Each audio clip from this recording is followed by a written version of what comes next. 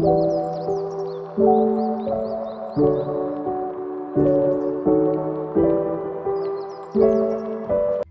and thank you for joining us today. I'm Josie Smizer, and like all the young women on this call, I'm interested in pursuing a career in STEM. Most of you participated in a survey conducted about engineering. Thank you for sharing your thoughts and ideas. The questions in the interview are based off of those survey results and the questions girls share with me during personal interviews. I'm a member of Girl Scout Troop 70444, and this Zoom call is part of my Gold Award project. My goal is to understand what girls are curious about and to help them find answers and make connections that will inspire and encourage them to pursue a career in STEM. Today we are talking with Julie Hildebran. Julie has worked as an engineer full-time for over 30 years in multiple different roles. She's been a manufacturer process engineer, a continuous improvement engineer, IT business process analyst, environmental health and safety manager, lean leader, and process manager. She has a son who is now at U of Toledo for computer/electrical engineering with an emphasis on robotics. She has volunteered with BattleBot since 2011 for Cleveland Heights, Beaumont, and now Kenston. Thank you for joining us today, Julie. Sure thing. Happy to be here. We have a lot of questions about what it's like to pursue a STEM career, what the day-to-day work is like, and what the challenges, career paths, and advice you might have for us. Sure. Is it okay if we start with you telling us a little bit about what your day-to-day is like? Sure. So I currently am doing environmental health and safety manager as well as the lean leader. So I do continuous improvement as well as trying to make sure that our plant stays safe. So there's about 140 people in the plant that I work at. My job is to make them safe, keep them safe, and make sure that our plant is compliant with all the rules for OSHA and EPA and all that stuff as well, since we do use a lot of chemicals and hazardous waste. So my day mostly looks like lots and lots of meetings. And it sounds like I just sit around, but I actually probably walk about 5,000 steps every single day at work because I'm out on the floor talking to people. I'm in the office talking to people. I'm checking on all sorts of things. And a lot of the meetings are, hey, we're having a problem. Let's problem solve and try and figure out what's going on. And I facilitate or lead probably about 80 to 85% of the meetings that I'm in. So my time is really taken up, planning for these meetings and making sure that we come up with good processes and then follow up on making sure that we actually make things happen. So I can give you an example of today. Today, I was in a meeting where we are deep into trying to get our processes being less ergonomically risky. So this is people just like doing work that is hard on the body. And we have this one area that is particularly hard on the body. And so we do like videos and then we do job assessments and then we try to figure out, how are we going to make it better? So this is a really big project that's coming to an end. And so we've been going through our action item list. We've completed most of the things and it's almost done, which is really exciting. And I worked with my summer intern and this is like her second to the last day. So it's very exciting that she can see this done. But basically meeting with the group and saying, okay, what else do we need to do? What are the next steps?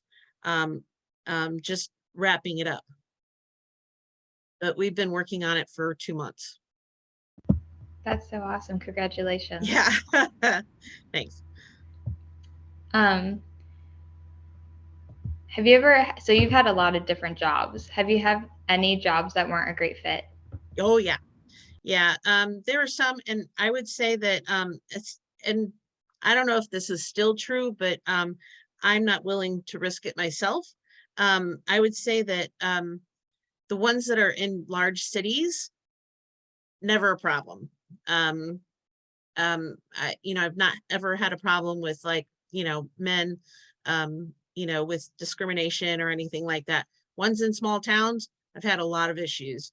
I've also had some bosses that it was just not a good fit. And then also a couple where they hired me to do continuous improvement. And then they discovered that they didn't really know what continuous improvement meant. And it's really hard and tedious, and they didn't actually want to do it. So I ended up not having many projects, and it just didn't work out. But it happens.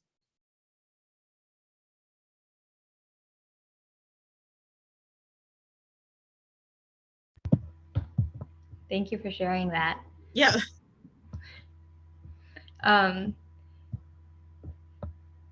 So you said you didn't really face discrimination like in larger cities, but you faced some in more rural areas. Yep, absolutely.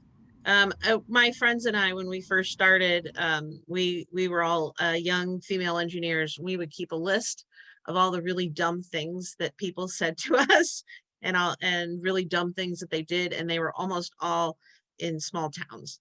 I had one guy who would introduce me as, this is our token female engineer, to suppliers, and like, oh, that's a joke. And it's like, yeah, no, that's not really funny. Um, so I found that it has gotten a lot better. And I go back to my alma mater every year and speak on a panel of other engineers from Purdue. And I found that the younger female engineers have not faced the same things that I've faced. So I'm happy to say that I think it's gotten a lot better.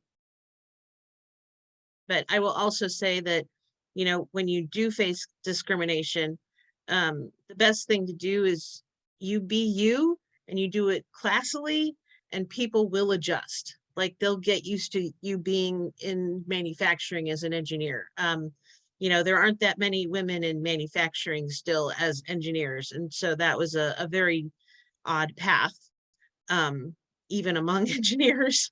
And so there were some challenges there, but I found that, once people got used to me, it was not a problem. Does someone want to follow up with what Jackie just said? Yeah. So like in those types of situations where like you face discrimination, like what do you do? Do you like confront them like in that moment, or do you like report them to like the higher ups or like HR or whatever?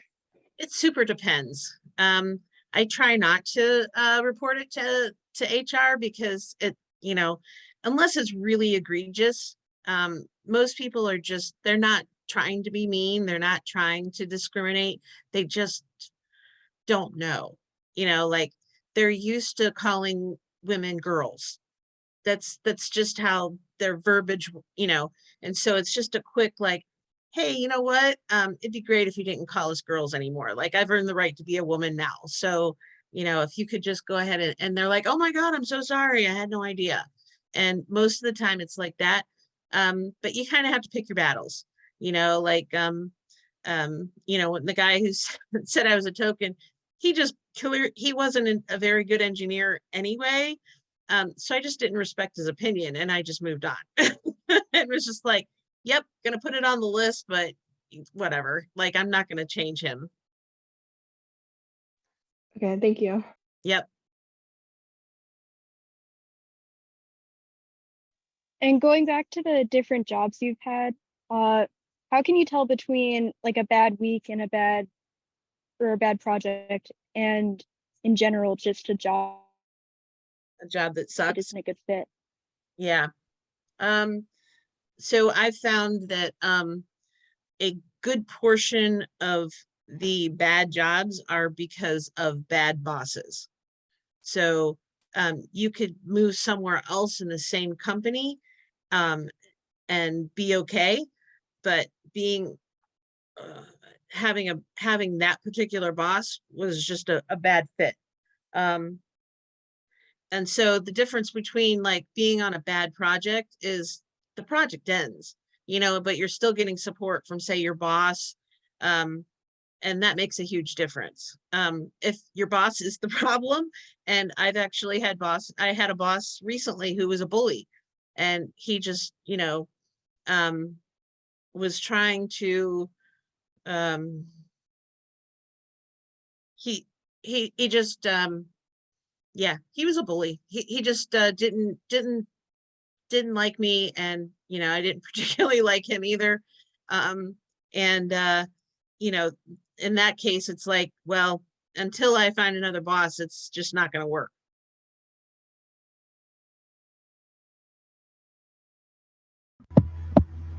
Thank you for sharing that. Yeah, sure. What were some of have you had any really cool opportunities that were presented to you, like research projects or like some of your favorite projects that you did have? Oh boy, that's a tough question. Good God.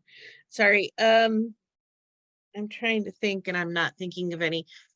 Yeah, so I used to work in medical devices, and I was a manufacturing engineer. So I would go out on the floor and actually, work with people and try to solve their process problems. And they came to me and said, we'd really like you to be the production supervisor, which was like a promotion. And that was a great opportunity because production supervisor, while it's the worst job ever, it's also the gateway to upper management if you want to go that path in operations. It's kind of one of those that you have to pay your dues. You have to do it because it's a really good learning experience, but it's pretty painful too. So that was a really cool opportunity that I was given just because, I was doing my job well and people recognized it.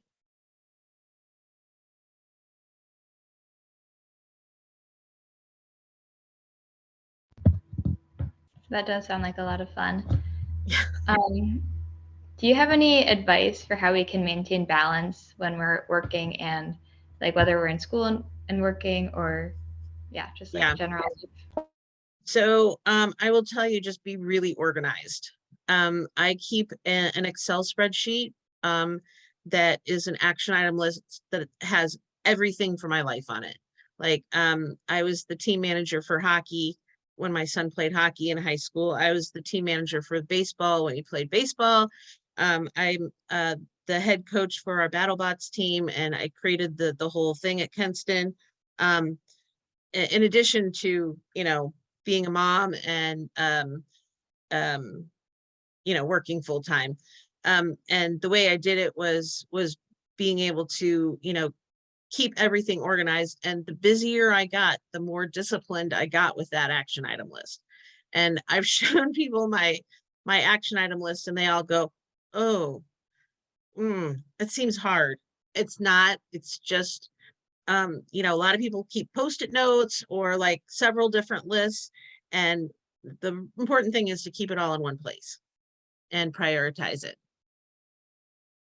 But I will tell you that regardless of whether you're going into engineering or business or whatever you go into, if you're working in a business, couple things.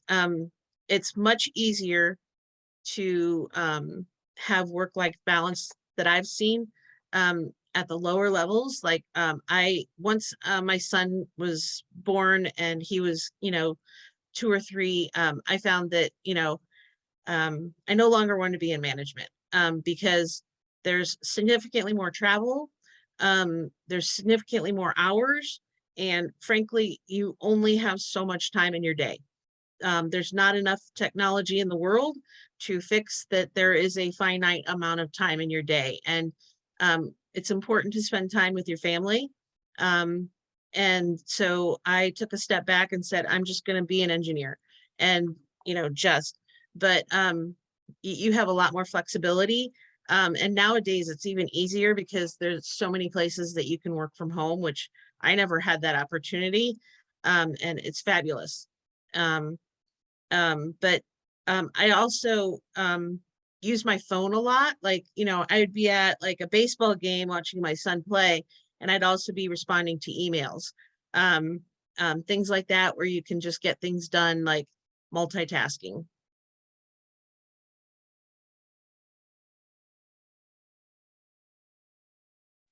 I have a question. Sure. So I know that we're all of us that are on the call, we're all like going into engineering for college. So do you have like any advice for us for like work or school and like life balance in college, or just like advice in general for us getting into college? So don't quit. Ye- Engineering is really, really, really, really, really, really hard. I can't stress that enough. It's really, really hard. I cried my way through school. Um, Working is so much easier than school. And I would say just don't quit, because just because you're not you don't get the best grades does not mean you will make a bad engineer. I was probably last in my class. I'd say that's if I wasn't last, I was really, really freaking close. And I've had a very successful career. It's all about confidence. So, we all have that imposter syndrome. I had it before they had even named it. You think that people are going to find you out, and that, oh my gosh, they're going to realize I'm stupid. And the fact that you're in engineering, you're not stupid. Just wanted to tell you that you're pretty smart just to start off. So just hang in there. It's such a great base for absolutely anything you want to do. It's so much better than any other program.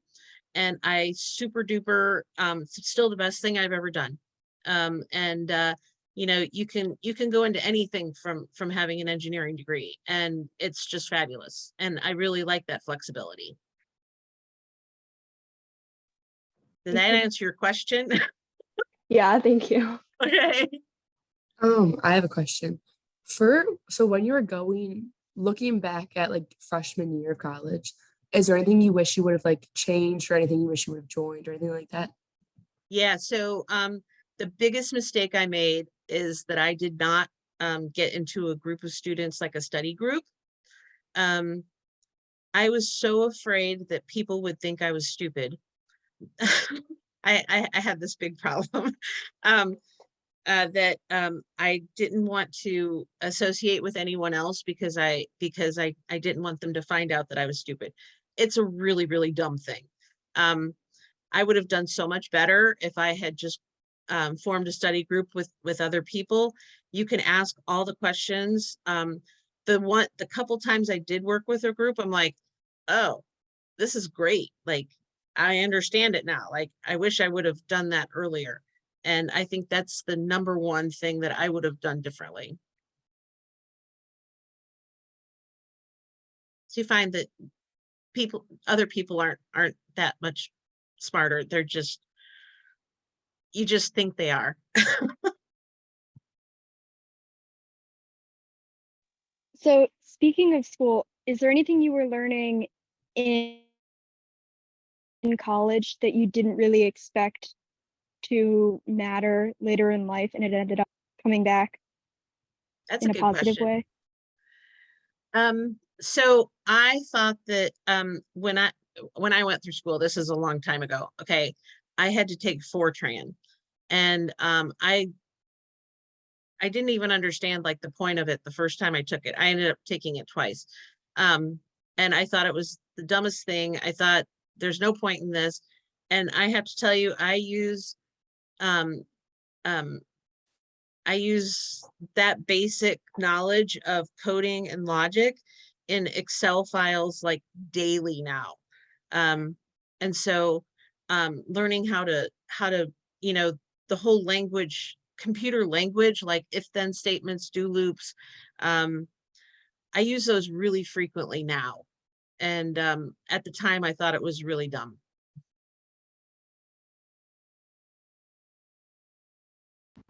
That's so interesting. So you've mentioned your son a couple of times. What's it like raising a family while also being a woman in engineering? It's different. A lot of the women in the area where we live were stay-at-home moms. And so they'd have like plays in the middle of the day, and I'd have to figure it out, or my husband would have to go. And you really have to have a joint effort with your partner. My husband would drop my son off at daycare like later in the day and work later hours.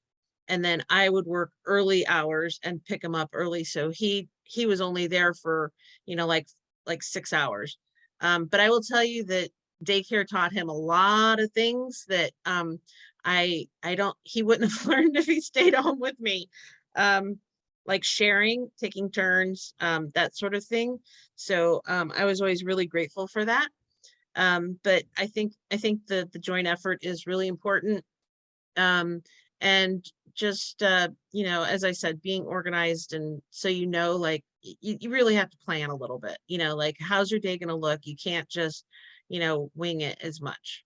And we would have like I'd pick him up from daycare, and I had a little laminated sheet of, I'm like, what do you want to do tonight? And he just needed to run. He needed to get out his energy. And so every night we, do an hour at like Gymboree, or I'd go to take him to Chuck E. Cheese or the park or bowling or whatever, just to get some energy out. And that really helped too.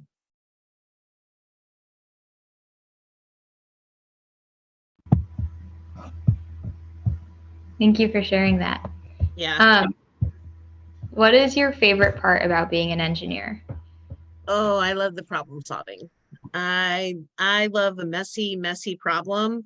When I hear someone say, oh, it's impossible to change that, that's when my ears perk up and go, oh, this is an excellent one.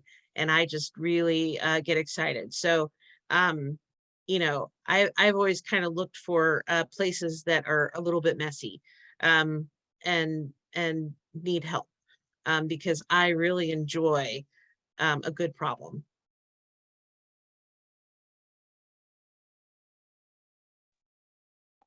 When did you like know you wanted to become an engineer? Like, did you know like right away, like coming into college, or were you like still iffy about it? No. So interestingly, so I wanted to be a doctor, and my parents were like, haha, that's hilarious. We're not paying for you to be a doctor. You have 4 years. And so my dad was an engineer. And so I was like, all right, and my mom had said that girls don't really need math. And I'm a contrary person. So I took 2 math classes, and I found English, I did really well in it, but it was super boring. So I just found I liked math. I loved physics, and I really wasn't sure, but that's what I went into. When I was 25, excuse me, when I was 25, I went and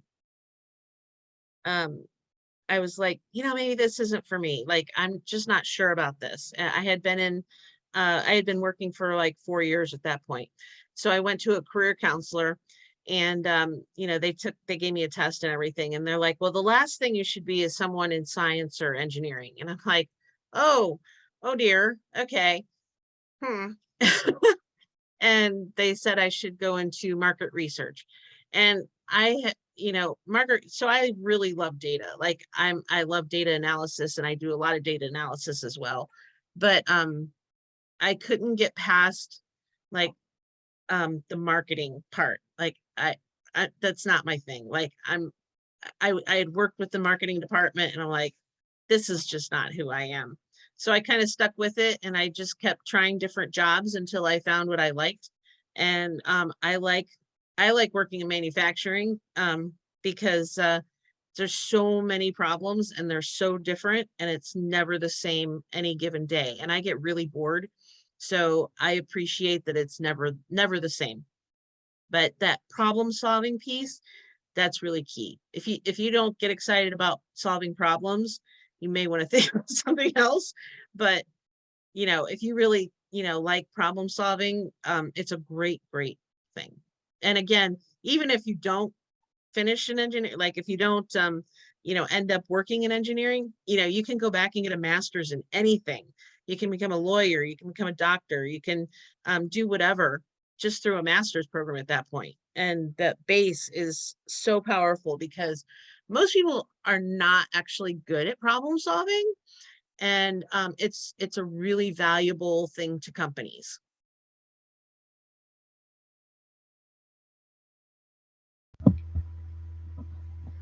Go ahead, Grace. I was going to ask, what part of your job or generally the job market shocked you the most?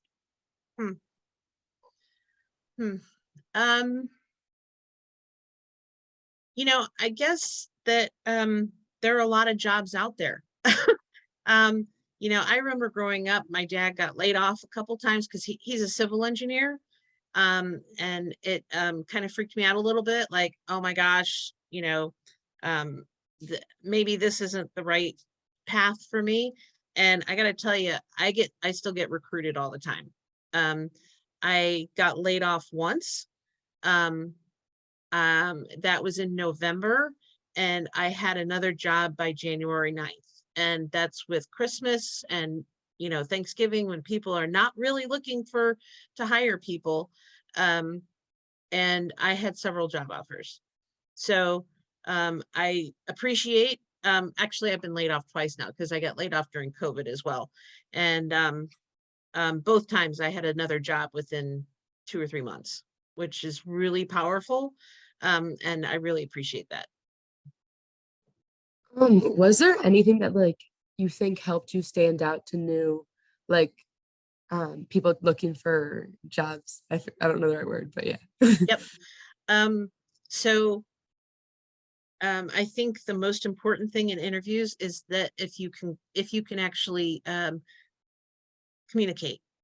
I don't know if you've noticed this, but a lot of engineering majors are not very good communicators. They don't talk, they're introverts. And I'm an introvert, but I've learned how to speak. And if you are not good at interviewing, go to Toastmasters. It teaches you how to do public speaking, and it also teaches you a lot about thinking on your feet. It's one of the best things I've ever done. In interviews, I will also tell you, have a couple examples, and it doesn't matter, like, if you don't have any experience, like, think about like hobbies you do and things like that. Like, think of like times you've had a problem in your life and how you solved it. Have those in your pocket, like know a couple examples, like right off the top, of your major strengths, and also, a couple of the things that you'd like to work on and why. And if you're prepared like that, man, you'll stand out. And it's okay in an interview to go, hey, can I look at my notes? And that's okay too. That's great advice. Thank you. Yeah. There's constant change in this industry. How do you keep up with it? So mostly,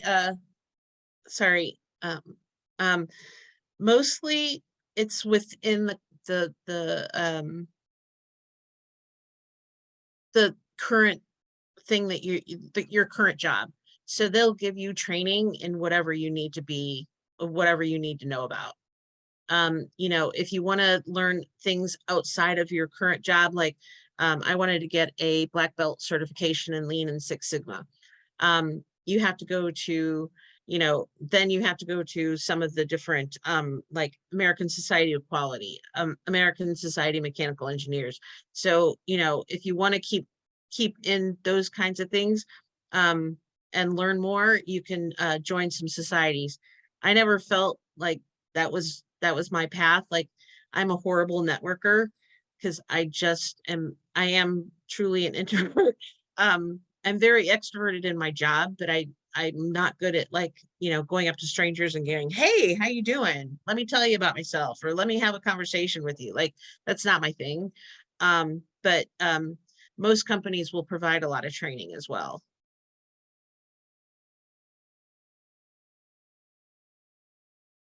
Thank you. Yep.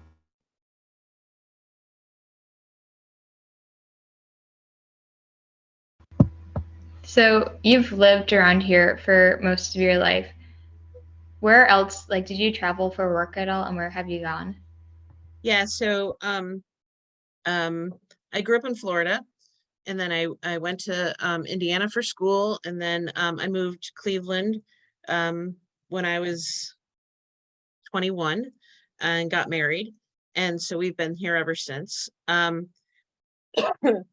I've traveled you know, one of the things that I really like about engineering is that when I find a new job, they'll tell you how much travel they're expecting. And so like, it really depends. Like there were times where I was like, when my son was 11, I was like, hey, I got offered this job, but it's a lot of travel. Are you okay with that? And he's like, no, I'd really rather have you around. I'm like, okay, we're not traveling now. I had another time where I went to New York, not New York City, but like Rochester, Syracuse, Buffalo, once every 3 weeks for about 4 days. And so I drive there and then, stay and then drive back. I've been to Arizona several times with my current job, and it's really kind of my choice. They like need help with different continuous improvement events or whatever. And so I go travel there. I've been to Naples, Florida with my current job. But I travel, I mean, it's really my choice at this point, but I probably travel once every 6 months or so for like a week. Um, um, I traveled to Washington recently, Washington State. I've been to California for work. I've been a lot of places for work. It's really it's powerful. I've done both. Like I've chosen jobs that have no travel, and I've chosen jobs that do have travel, and I like a little bit of both. And when you travel, like, what do you do? Do you like visit like other like or Clients. facilities or yeah? Yep. Okay. Yeah, so it's essentially like traveling to other facilities within the company. And so like I'm holding a training, or we're having a continuous improvement event where I'm, participating or leading something. They need help with problem solving a certain problem. I come for that. We have special trainings that we go and we travel to do those. It's a lot of different things. I went to Chicago for a plastics convention, and did that with a bunch of people, and that was a lot of fun because we actually like did stuff outside of work as well, like went to a White Sox game. But it really depends, but it's mostly because I'm in a continuous improvement role where I'm helping others figure out how to make their processes better, that I have these choices to travel to other places.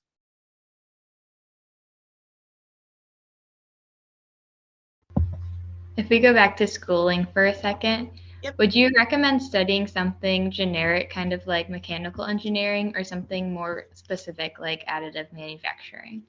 So it super depends on your particular passion.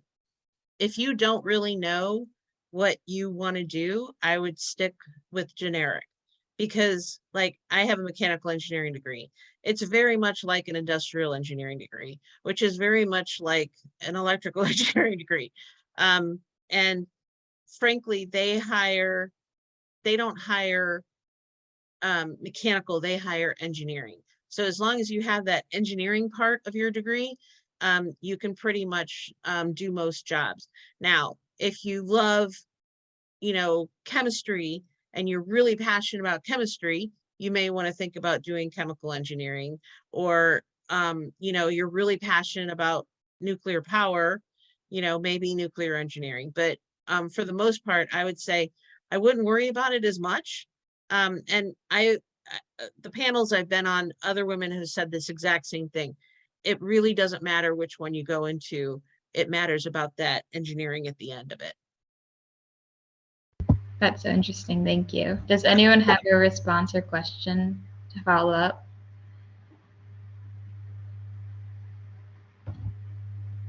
Okay, I'll ask a different question then. So you completed all of your schooling in 4 years, right? Yep.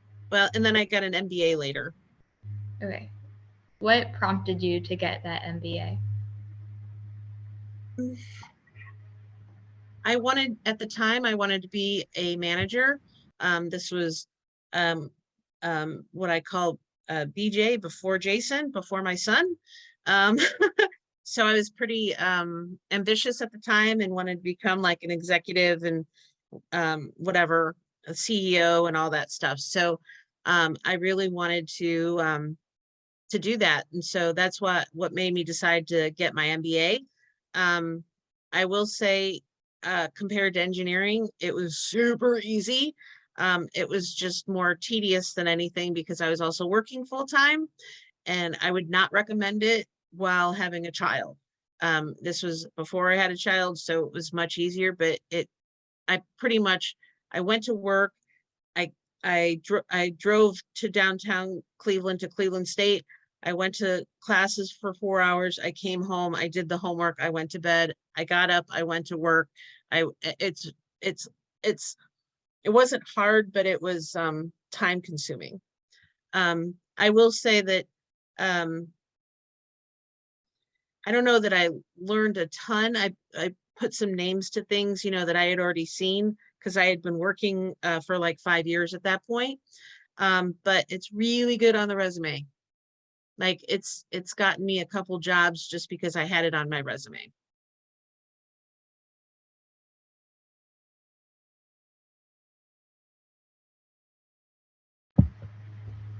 Thank you for sharing that. Yep. Something that came up a lot in my survey was girls are wondering, like especially early on in your career, if you got to work with people like in other parts of the company, or were you limited to only working with like people in your department? It really depends on what kind of engineer you are. My kind of engineering, I do process improvement, and so I work with everyone from the highest person in our plant to every single operator on the floor. I've worked with I've talked to the CEO of our company, which is Parker Hannafin, and is very, very, very large. And she's amazing, by the way. It's kind of cool to have a CEO who's a woman. So the type of engineer that I am, I'm always looking at processes. My husband, he's more he's an architect of programmable logic controllers. He's a computer electrical engineer. He works at Rockwell Automation, and he more works with a few people very deeply. And so they and then once he goes on to another project, he works with several people very deeply. So it really kind of depends on what kind of engineer you are and what you want to do.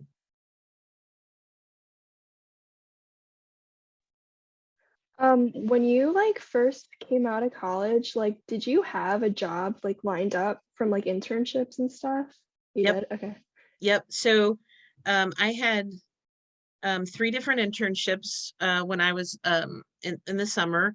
I worked at Honeywell in Tampa 2 different years. And the first year I literally typed, this is so old, but I typed out my resume and I took it to their front desk, and they hired me because they were just looking for interns. It's a lot different now, Indeed, and everything, but but I did 2 internships at Honeywell, and then I did an internship at Ball Aerospace in Colorado. So I ended up getting a job offer from Ball when I graduated. I also got one in Illinois at a nuclear power plant. And I think I had a total of 3 job offers. My husband, who we got married 2 weeks after graduation, which I would not ever advise, because trying to plan a wedding while finding a job while trying to graduate, not fun. The whole trying to find jobs where we were both in the same place was pretty much impossible. So he also had 3 job offers. His were all in the East Coast, mine were all in the West. And so I ended up just not taking any jobs and working at Burger King for 6 months, and going to Cleveland, didn't know anyone, and found a job within 4 months, an engineering job. And this was during a recession, by the way. Yeah. I'm telling you, if you want jobs, engineering is the way to go.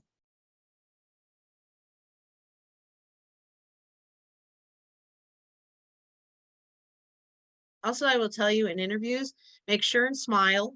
It's really important. Like, just kind of engage with them and just be yourself. Like, you know, it's so much more pleasant to being able to see someone's personality come out. It's really great.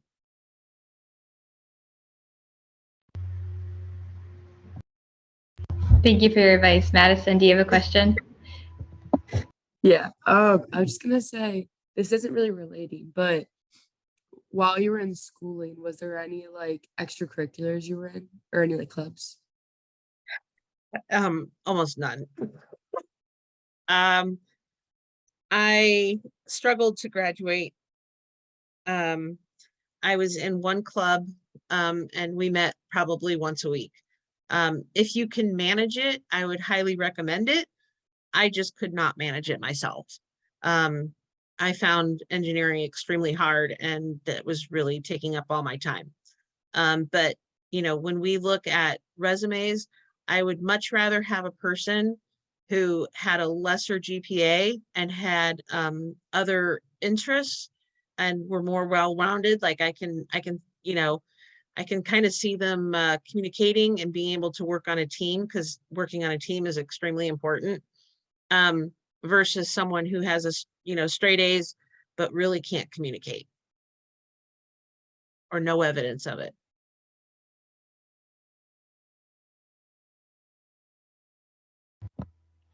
Thank you. Yep. Does anyone else have any other questions? Okay, Julie, do you have some final advice to give us? There are a couple things. Again, I will emphasize the don't quit. Like, don't, like, it took me 20 years to realize that I wasn't stupid, and that Purdue engineering might have had some really, really bright people in it. And it sounds like, duh, of course, but like, you really just fake it till you make it. You guys are all really smart because you're there already, and just stick with it. And I will also tell you that women are mostly known for not taking risks. They'll say, oh, I don't know, and then just back away. Don't do that. Take risks. They find that males tend to just like, BS until they get there. Do the same. Take on roles that you're not really sure about. And, here's the thing, that no one expects you to know everything, because no one knows everything. And so just find the people who do know that particular thing and learn from them. And then you'll find that you know more stuff. And if you keep doing that, you keep growing. So I always tell, young women to really, just tackle things and take it on. And like, even if you're not fully confident, just like ignore that little part of yourself who's going, I don't think I can do it. Don't worry about it. You'll do it, and you'll learn something from it. Thank you so much for giving us your time and all of your wisdom. You're welcome. If any of you ever wanted to, talk again or text or whatever, I'm always available. I love mentoring young women. So I'm if you ever need just like a boost, I'm happy to help. Thank you so much. Thank you so much. And Parker Hannafin hires interns starting in February. So keep an eye out for that. We hire probably 10 interns every year, and it's a great thing in different areas. Awesome. Thank you for sharing that.